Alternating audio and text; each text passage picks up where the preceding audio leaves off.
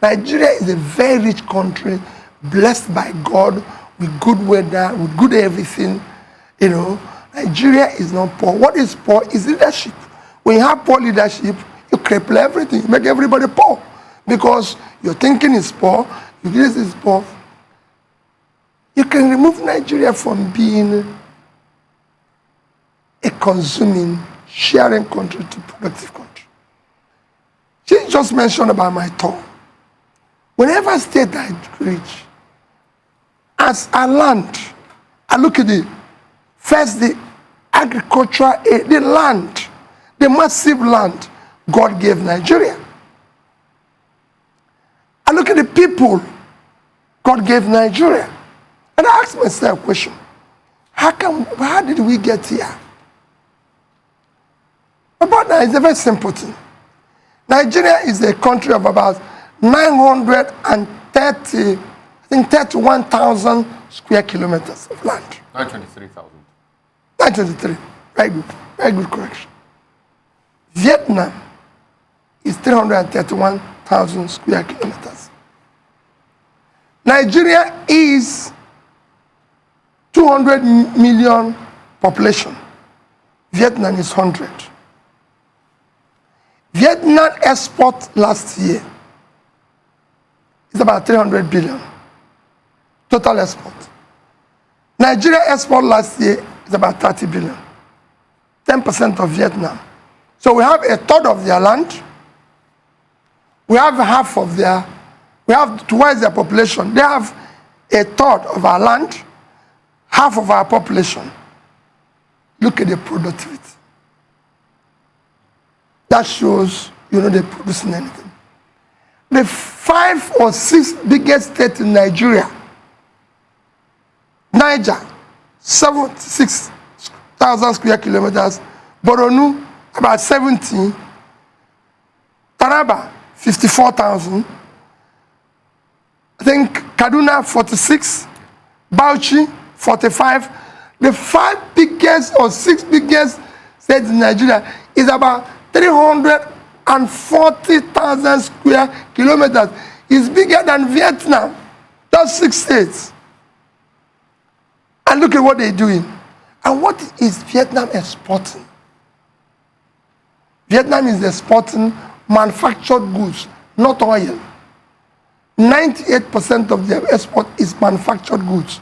Number 1 is electronics. Are you saying it cannot be manufactured in Nigeria? It can. Kaduna used to be home of textile and garments. Where is it? These 3 sisters I called you, Kaduna is there. They're not doing that. I said it in Kaduna, that we can export even if it's just 2 billion. They are doing 32 billion. Bangladesh is 36. There's nothing happening in Kaduna. Because you've created a country that is not productive. It's simple. So this is just talking about being productive. The 4th or 5th biggest export of Vietnam is footwear, which Abba can deliver. Abba used to do it, 23 billion. More than oil, just shoes and footwear. What's that? You know, this is something that is so simple that you can do. I was in Bangladesh. You see me give an example. For good 1 week, went to the villages, saw women sewing and doing this clothing. They are exporting. And I can tell you, Nigerian women are bright, more hardworking than these women. All we needed to do is to support them, ensure proper government committed grants to them, not through TV show. It is a straightforward thing. I can go on and show you why we, to even turn in these states that I mentioned, 340,000 square kilometers. It's just, Netherlands is just 10% of them. 10%, 333,000 square kilometers. They exported agricultural goods, 120 billion. These 6 states can't even feed themselves. I was in Taraba, and I was landing in Taraba. I look at the lovely place, the Mambila area and everything. You can grow coffee there. Ethiopia, this is not first world now, exported coffee last year, $905 million. You can go and check it. Ethiopia, this is not foreign, not Colombia now, who have done much more, but Ethiopia, yeah. You can grow flour there. Kenya did flour, almost $500 million last year, flour export. In fact, young girls, non-graduates that pick flour in Kenya are paid between $100 and $150, which is about $100,000 now, a minimum wage starting. These are countries in Africa. Morocco did an agricultural export of about $10 billion. What is Nigeria doing? We're just waiting to share this oil money. That's what we are sharing. Even when we share it, we politicians cut it away and using it to buy people as if they're goats and everything, rather than encourage them. So you can turn it around. How do you do it? Most of these corporations you see across all these countries are driven by small businesses which are dominated by the youths. And we have large of them. Very innovative, very entrepreneurial, very... You see all these boys, they even call Yahoo boys. That's how India started. They were doing Yahoo until a leader came and turned them around. They turned that the same thing they were using to defraud people into what became today that India dominates, the ICT. That shows the talent is there. What they need is direction, somebody that will pull them in the right direction, support them, small businesses. Small businesses have died here. That's what is driven. Service industry contributes 41% of GDP of Vietnam. And what is happening there is all SMEs doing small businesses. Our manufacturing today contributes only about 9%, even below that, of our GDP. Not for a developing country. Not for a country of our size. China is 30%. If you go to other countries, you see it, they are above 15%. That shows you don't have power, you don't have anything, you don't have access to it. These are not rocket science. What are we talking about power? Between 2015 and today, Egypt had doubled its power production from 26,000 to 55,000.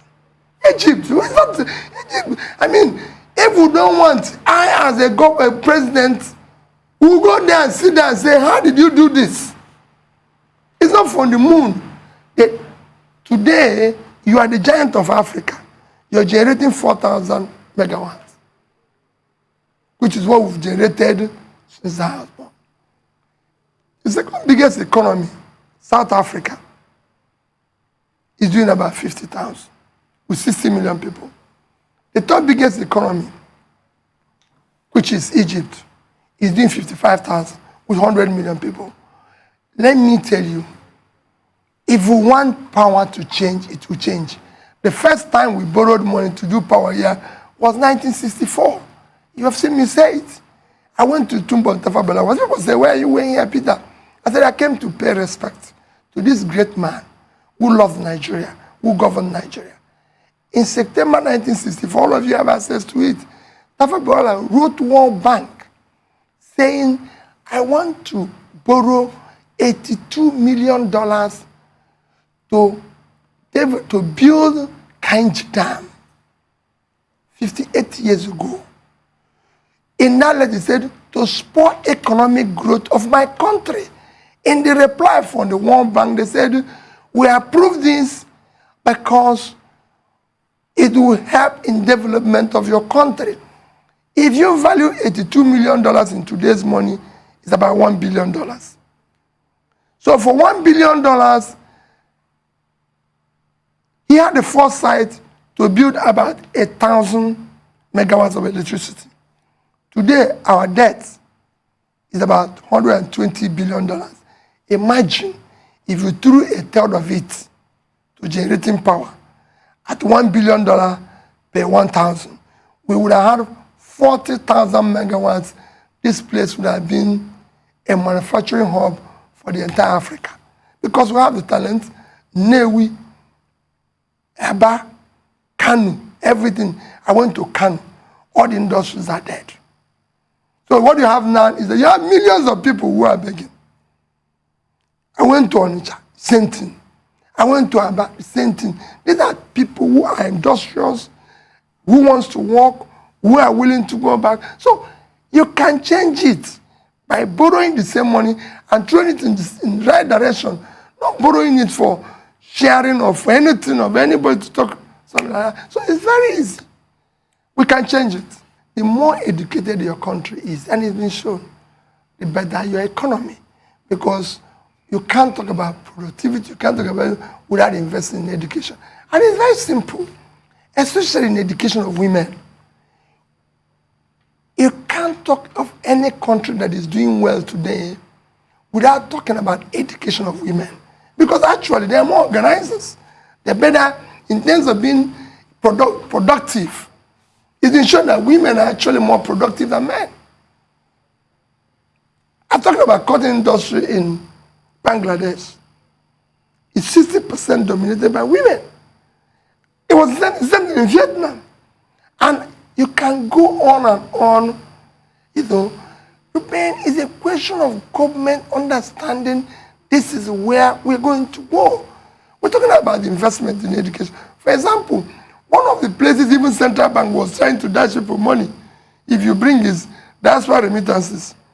We have 5 million Nigerians living outside this country, and they are remitting about $15 to $20 billion. Imagine if you educate, say 15 million, you can even succeed in putting investment in 10 million of them, and they leave this country. And that's what remittances will hit 50. That's what Philippines is doing. They become a servant of the world. That's what we talk about Singapore, talk about everything. It is about education. So you invest in it. There's no way this country can comfortably invest in education. The amount of money we borrowed and sharing, Ruben today can fund education. I was a governor. When I came in, we had a problem in Anambra State. Our problem was that the boys were not going to school because they wanted to go and trade. They didn't see any value in education. So we had 80% girls in school, 20% boys. When I came in, nobody wanted to talk about education. Of course, we are lagging. We're number 26, 27. I even saw Governor Makinde the other day in one of his achievements. He said he has moved Oyo from 26 to number 11. Because I remember very well, that time, Anambra used to be 26, when I used to be this. And I said to myself, it can't be. We can change this. We will invest in education. But what we did was simple. We put in the resources direct to the school. And it worked. We moved from 26, number 1, 2011, 2012, 2013. Today we have the highest cutoff point. You can change it anywhere. I've been to schools everywhere in the world. If you ask Governor Tambowal, I visited Sokoto once. He said, where are you going to? I said, I'm going to schools. I went to schools in the border. I went to schools, about 4 schools in Sokoto. Bishop Kuka would tell, and you could see people who wants to learn. But why are they not doing that? Because we have refused to invest. Ruben, let me even tell you, what we are going today in terms of criminality, our children will refuse to invest and educate yesterday, they become a problem for us today. And the earlier we start educating the ones that are coming now, the better. So we will do that. And there's resources to that. All this money you see that's being budgeted for education and everything, never get to schools. They don't get to where they should be. What we are going to do now is to have a policy. Nigeria cannot be, look at what World Bank said yesterday, that we are 7th worst country in human development. Nigeria. This is a country that used to be exemplary. People used to come from, when I was in Nsukka, we had exchange students from America, from everywhere. People used to come to Ibadan to learn, to do this. So what is happening? We now go to Ghana. We now go to this. It will change. Our HDI I have now become 161 over 185. It cannot be. Because we are country, we have the resources. People will tell you we don't have the resources. Where did we put the one we borrowed? Price of oil moved from 50 something, price doubled. Ordinarily, my sister, the price of products you're selling doubled. I expect you to come in with more money if I'm a banker. But all of a sudden, you didn't pay anything. And when they investigated, they found out that this money is going to things ordinarily. Maybe subsidy. There's no way our budget of subsidy for 1 year should be bigger than our budget of health for 5 years, our budget of education for 5 years. That shows there's something wrong. What are we subsidizing? Let's discuss it.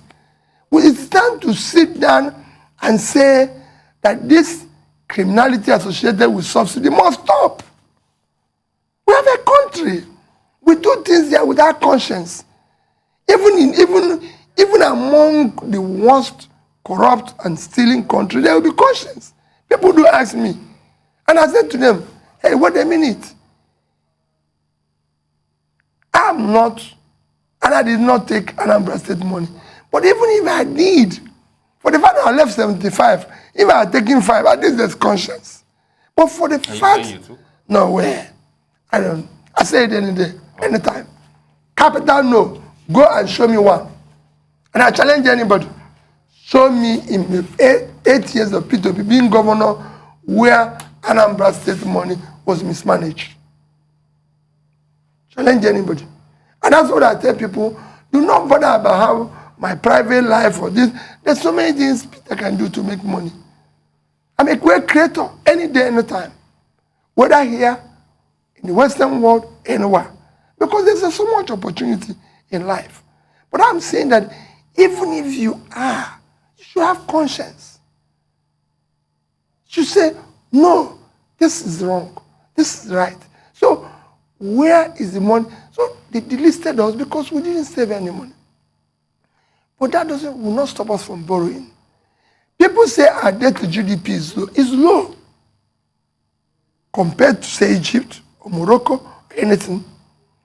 But see the difference. If Morocco issues a bond today, say for $10 billion, the interest rate will not be more than 3%. So Morocco will need to pay out only $300 million. Because they have an economy that is stable. Their position is overweight, which is what JP Morgan is saying. So they have a saving. If Nigeria issues the same bond, they will pay 10%. So because you're not in borrowing and doing the right thing, you've lost $700,000, $700 million. For the same amount, another African country borrowed, because Morocco have been able to build their intangible assets to where they are stable. There's peace, there's unity, there's law and order. But you can't do it. It's not the same thing in Nigeria. So that differential you're wasting in your borrowing, which is what is happening even in the one we're owing now. Let's say we're owing $100 billion. So you are now paying $100 billion at 3% would have cost us $3 billion. $100 billion. $3 billion. But you're now paying 10. So you're losing $7 billion. If you had thrown $7 billion into education, health, fighting poverty annually, in 5 years, you have a difference. So you need to build that where you have that intangible asset that gives you that state. That's what Nigeria used to be. But you threw all that away.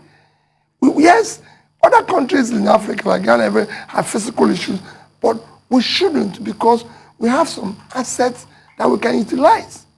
As governor, I visited every local government in Anambra State. I slept in them. Even when It's a short distance of 1 hour from Oka.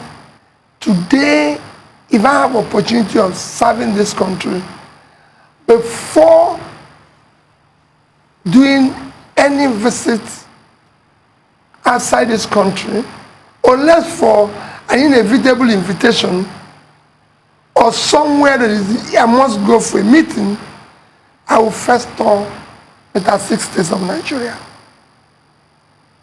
Stay there, discuss with the stakeholders on ways and means in which we can build a more cohesive, a peaceful, caring society.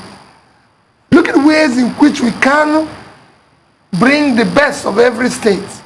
It's critical.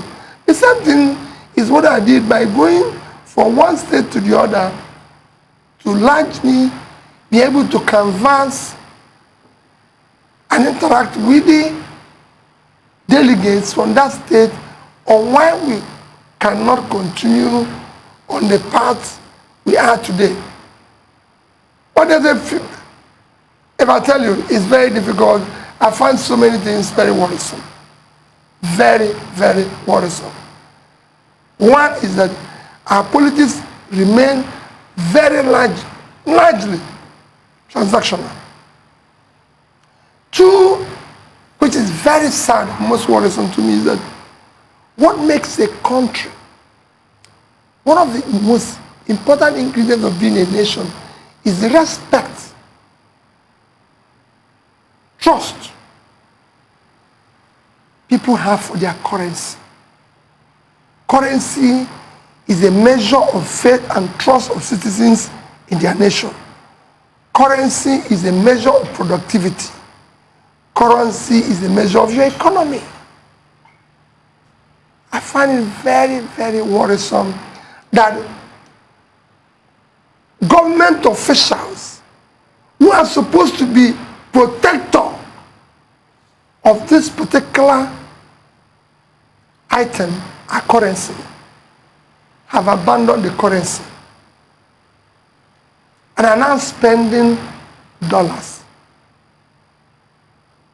I find it worrisome that while our manufacturers, business people cannot find dollars for critical inputs into manufacturing, critical import of spares and everything, the dollar is scarce.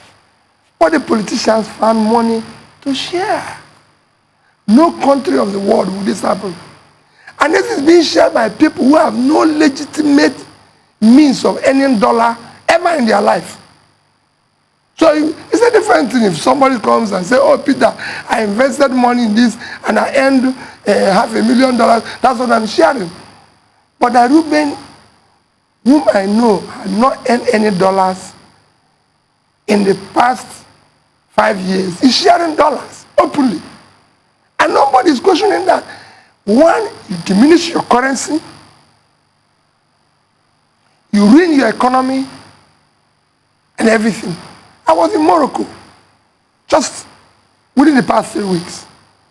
I bought travel allowance from Nigeria and I went to Morocco, met people, and I said, they told me that this dollar, I have to cash it through using my credit card. So I said, where's dollar credit, where is dollar credit, this point where I can cash my dollar? I was shocked that they told me, not in Morocco, that I have to change that money in their currency if I want to. And now it's in every country. And when I spoke to the government official, I said, why wouldn't you have a place that can cash dollars? He said, not in Morocco. In Morocco, you spend our currency. So you must change that dollar in our currency. In Nigeria, government officials and everybody is changing our own currency into dollar. And this is dollar we cannot give to manufacturers.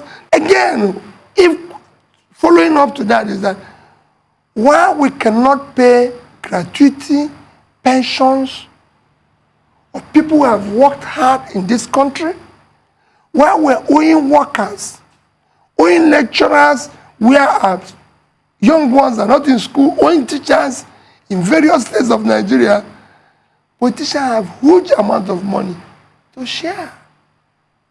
So there's a disconnect between the entire thing.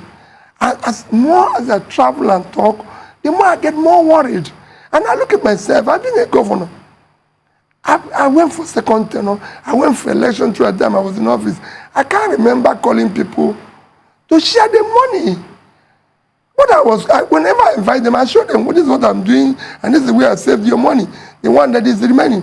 I've done this road, I've done this, I've done this, this is where the remaining is. But that today, people are sharing, you're owing teachers, kids are not in school, the kids don't have destiny, and you're sharing money. It is absolutely worrisome. That's my observation. But in any case, I'll continue to go on hoping that somewhere we'll be able to get this issue dealt with. We can't continue this way. No nation can continue this way, where you get up in the morning and you're sharing people money for no productivity.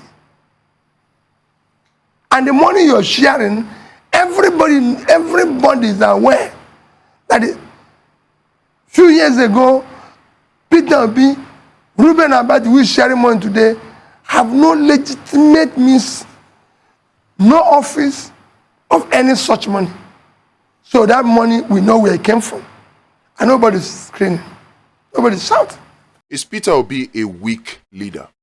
With the excuse that Peter Obi was weak, Peter Obi did not do what MKO Abiola did, declare himself president, that Peter Obi could not or cannot defend the votes that the people give to him. Many people have jumped on that narrative to push it, that Peter Obi is a weak leader, Peter Obi is weak, he cannot be president of Nigeria, Nigeria needs a tough leader, Nigeria needs a tough leader. And so I say, is Peter Obi really weak? And I'll say it again, honest answers only. Is it weakness for a leader to see billions of naira and decide not to steal it and decide to leave it behind? Is that weakness? Is it weakness to refuse the nudging, the request of your State House of Assembly members to spend public funds lavishly, but then you refuse? Is that weakness? Is it weakness to refuse to bloat government contracts and reduce everything, reduce cost of governance? Is it weakness? Since when is it weakness that you allow rule of law? You don't force your opinion on others. How is this weakness? Because these are all the things that people point to and they say Peter Obi is weak. Is it weakness to say, oh, I will not call for violent protest? I will not let innocent lives be lost because of my ambition? He has said he's not desperate to be president of Nigeria, but he's desperate to see a Nigeria that works. Is it weakness? Because from what Kenneth Okonkwo has said and what people are now hiding and queuing behind to push this narrative that Peter Obi is a weak leader, is that Peter Obi did not defend or declare himself president after the rigging that went on in the 2023 presidential election. So, is it weakness? We need to be careful so we don't give a dog a bad name just because we want to hang it. We need to be careful about our actions because we don't want a situation whereby all the good people that have intentions to fix Nigeria, that have patriotic mind, that have the passion, that have the credibility, we need to be careful not to call a dog a bad name because we want to hang it, and then in the end, we're chasing good people away from the arena of leadership in Nigeria. We need to be careful about that.